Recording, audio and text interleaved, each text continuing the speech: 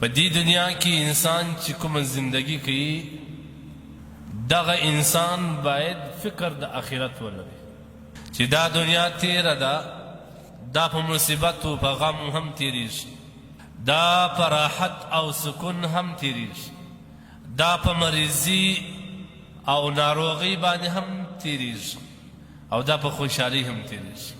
بهترین عقلمند په دې دنیا کې هغه کس نه دی چې ډېرې پیسې وګټوي، هغه کس نه دی چې د ځان دپاره یې بنګلې جوړې کړي، هغه کس نه دی چې ځان له یې مارکیټونو غټ غټ جایدادونه پیدا کړي. عقلمند سړی هغه سړی دی چې دنیا ته د کم شي دپاره راغلی و د هغه دپاره زندګي تېره کړي. نن زمانه کې خو عقلمند هغه دی چې ډېرې پیسې لري، په یو ښه موټر کې سپوري، ولو که د ده د بې عقلۍ څخه 10 ګزه واخواته بوځي، لیکن د ده پیسې د ده ټول عیب ورپټ کړی.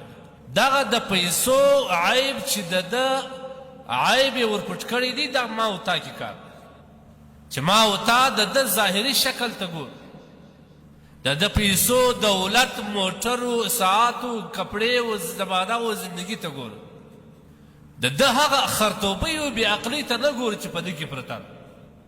ځکه زموږ سره سړي ورک کړل، د دنیا پر سر سړي ورک دی.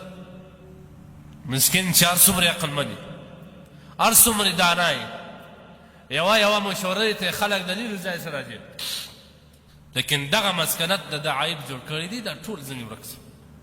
موړ که هر څومره بې عقل وي، هر څومره مغروره وي، هر څومره خود پسند وي او خبرې یې اسمان ته رسېږي، لیکن د ده دغه ټول عیوب د ده پیسو ورک کړي.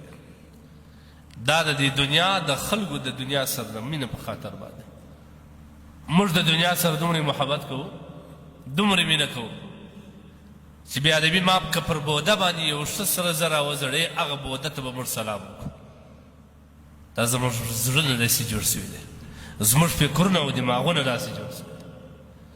سړي ته د سړیتوب په نظر موږ نه ګورو، د مال او د دولت په نظر موږ، او دا زموږ بدبختي ده. ځکه دنیا کې انسان الله راستولی دی د آخرت د جوړېدو لپاره، د آخرت د زندگی او د هغه راتلونکي دائمي ژوند چې الله وایي والآخرة خیر و ابقا. دا د دنیا ژوند تېرېږي، دې کې به سپین ږیری سي، مړ به سي، ختم به سي، نوم به نشان به دې 15 کاله ژوندی بیا به ختم سي.